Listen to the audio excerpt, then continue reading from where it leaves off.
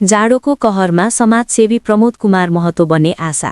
गौशालामा जाडो छल्न दाउरा वितरण। चिसो मौसम बढ्दै गएपछि महोत्तरी जिल्लाको गौशाला नगरपालिका 8 घर भएका युवा नेता एवं समाजसेवी प्रमोद कुमार महतोले गौशाला नगरपालिकाका विभिन्न स्थानमा दाउरा वितरण गर्नुभएको छ। नगरपालिकाका मुख्य चोक गौशाला बजार, गरिब बस्ती तथा मुसहर बस्तीमा दाउरा वितरण गरी आगो बालेर न्यानो पार्ने व्यवस्था गरिएको समाजसेवी महतोले जानकारी दिनुभयो। उहाँका अनुसार चोकमा मानिसको जमघट हुने स्थानलाई लक्षित गरी दाउरा वितरण गरिएको हो। उहाँले आफ्नै खेतमा रहेको रुखबाट तयार गरिएको करिब 30 वटा खुट्टाको दाउरा व्यक्तिगत लगानीमा निशुल्क वितरण गर्नुभएको हो। यसै क्रममा गौशाला नगरपालिका 5 स्थित विद्युत कार्यालय, मालपोत कार्यालय, श्री त्रिभुवन माध्यमिक विद्यालय, नापी कार्यालय तथा गौशाला बजारको मुख्य चोकमा पनि दाउरा वितरण गरिएको थियो। केही दिनदेखि महोत्तरी सहितका क्षेत्रमा चिसो बढेपछि दाउरा वितरण गरिएको स्थानीयवासीले बताएका छन्। स्थानीय किशन ठाकुरले युवा नेता एवं समाजसेवी प्रमोद कुमार महतोको प्रशंसा गर्दै भन्नुभयो,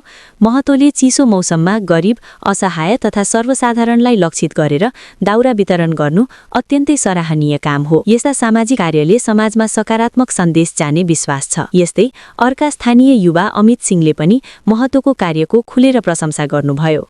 उहाँले भन्नुभयो, यसरी व्यक्तिगत लगानीमा दाउरा वितरण गर्नु उदाहरणीय काम हो। चिसो मौसममा सर्वसाधारणलाई न्यानो दिलाउन गरिएको यो पहलले अन्य युवाहरूलाई पनि सामाजिक सेवातर्फ प्रेरित गर्नेछ। मुसहर बस्तीका स्थानीय चन्देश्वर सादले पनि समाजसेवी महतोप्रति आभार व्यक्त गर्नुभयो। उहाँले भन्नुभयो, हामी जस्ता गरिब र विपन्न समुदायका लागि जाडो मौसम निकै कष्टकर हुन्छ। यस्तो बेला महतोले दाउरा वितरण गरेर हामीलाई न्यानो दिलाउनु भएको छ। उहाँको यो काम अत्यन्तै मानवीय र प्रशंसनीय छ। युवा नेता एवं समाजसेवी महतोले चिसोबाट जोगिन सम्भव भएसम्म चोकमा दाउरा वितरण कार्यलाई निरन्तरता दिने र आवश्यक परे कपडा समेत वितरण गर्ने बताउनुभयो। उहाँका अनुसार आज मात्रै करिब 30 क्विन्टल दाउरा वितरण गरिएको छ भने यस जाडो मौसममा करिब 100 क्विन्टल दाउरा वितरण गर्ने लक्ष्य राखिएको छ। दाउरा वितरण कार्य युवाहरूको सहभागितामा सम्पन्न गरिएको बताइएको छ।